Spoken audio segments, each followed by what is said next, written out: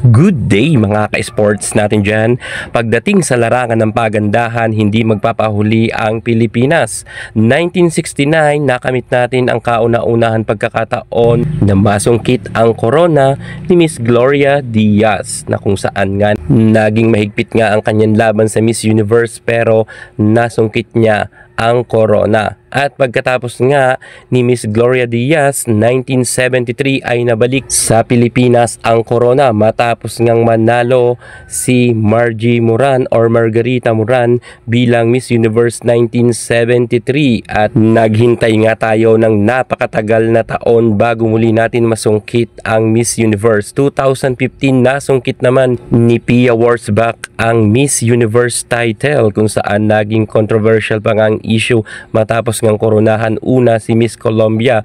Kalaunan naman na kumpirma na si Miss Philippines Pia Wurtzbach nga ang nanalo, kung kaya inilipat nga sa kanya ang corona. Samantalang sobrang napakasaya sapagkat pagkatapos ng 3 taon ay muling nakuha naman ni Catriona Gray noong 2018 ang Miss Universe title. Grabe talaga, ang ganda ng Pinas ay talagang angat na angat at wala tayong masyadong ikakagulat sapagkat kita naman natin na si Catriona Gray ay angat sa lahat ng mga kandidata. Kung kaya sa VTV Cup ay hindi pa nananalo ang nasabi nating Philippines bilang Miss Volleyball, at ngayong 2025 hindi tayo papayag na hindi tayo manalo dahil natalo nga tayo noong 2023. Hindi nga nanalo si Des Cheng at si Caitlin Biray, pero ngayon magaganda talaga ang ipinadala natin na volleyballista, kung kaya aasahan talaga natin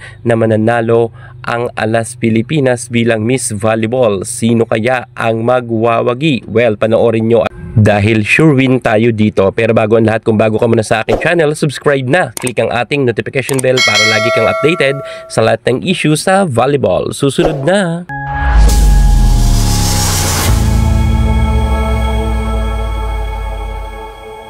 Alam nyo ba na sa listahan nga sa Miss VTV Cup, nagsimula pa to noong 2004 at wala pang nananalong Philippines. Vietnam ang kauna-unahang nanalo bilang Miss Volleyball. Sinundan nga to ng Miss Japan, Miss Thailand at Miss Japan ulit at Miss Vietnam. At ang Korea ay meron na rin, at ang Kazakhstan.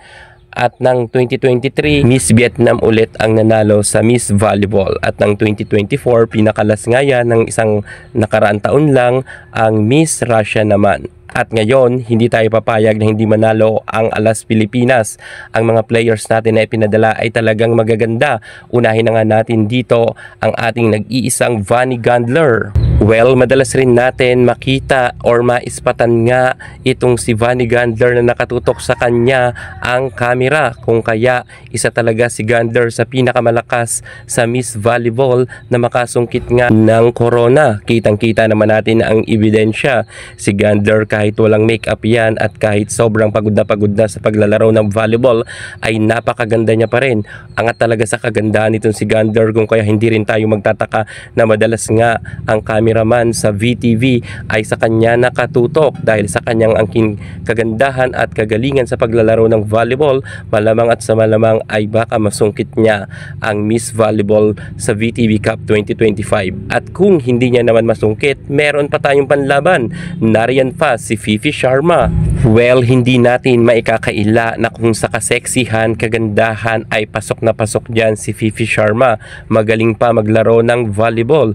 Kitang-kita naman natin ang kanyang looks ay talagang pang beauty queen. Kaya sure tayo na kung hindi man makalusot si Vonnie Gandler bilang Miss VTV Cup 2025 ay masusungkit naman ito ni Fifi Sharma bilang Miss Volleyball. Dahil sa kanyang alindog at kagandahan, sure tayo na meron talagang laban ang Alas Pilipinas players sapagkat magaganda naman talaga ang ipindala natin mga manlalaro. At isa nga itong si Vani Gandler at Fifi Sharma sa pwedeng-pwede nga at pasok na pasok. Well, kung hindi pa rin makapasok itong si Fifi Sharma at si Gandler, narito pa si Leila Cruz na kung saan madalas nga rin itutok ng cameraman sa VTV Cup ang camera at siya talaga ang hina-highlight.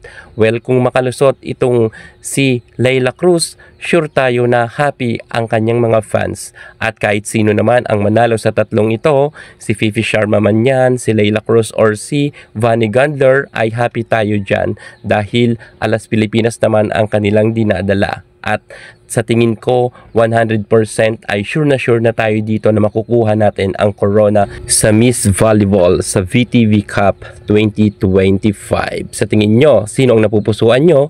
Comment na kayo sa baba. Yan muna pinaka-latest natin sa mundo ng volleyball. Thank you so much. God bless.